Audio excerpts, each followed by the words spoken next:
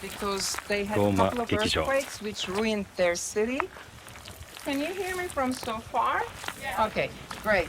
And please remember, Laodicea is the seventh church in the line, and it is the church which received the most negative, maybe, I wouldn't say negative, the most sharpest letter. And because they were so much boasting of their riches and of their wealth and fame and name, and you know the banking, activities here, the rich business being done here.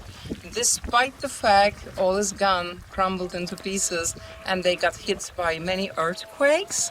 This is an interesting point to remember.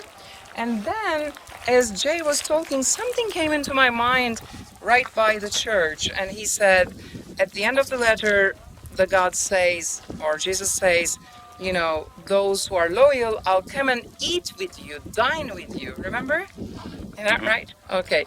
Although the sharpest letter was addressed to a church which is supposed to be very corrupt, or maybe I shouldn't say it is to a church which is corrupt, it is to a city which is corrupt, maybe I should say. That is better. The promise which is given to that church is one of the most amazing. God says, I'm going to commune with you. I'm going to eat with you on the same table, which I think is the greatest message of all of those seven churches of Asia Minor. Am I making sense? Mm-hmm. So although it might be getting to a very corrupt city, within the corruption and hopelessness, there is more of an aspiration in the human being to find God. Am I making sense? Just like what is happening right now. There's a lot of corruption in the world, a lot of catastrophic events in the world, but there is also too much of a longing and aspiration to find God. And I kind of thought maybe this is the nature of the Laodicean church.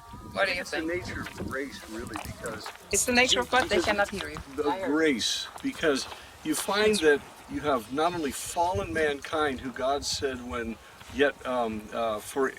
we were God's enemies, didn't say we're friends or aspiring, when we were his enemies, we were reconciled to him through the death of his son. How much more, having been reconciled, shall we be saved through his life? In Romans it says we're children of this wrath. And yet he loves us and he still died for us. For God so loved the world that he gave his only begotten son, and it wasn't a world that was cooperating with him in the very least. The nature of God's grace is really beyond human comprehension, but it is not beyond human reception. And that's what you're seeing, once again, is sort of the ultimate manifestation in this part of the book of Revelation of his grace. Here is this incredibly backward church that says it's a church, and they're not acting like a church, and they're saying as a church we're so good you because think the message was to the congregation rather than to the city? I think it was, because or it was both, maybe. Well, the congregation reflected the city pretty much, because they lived here and they took on the traits of the city.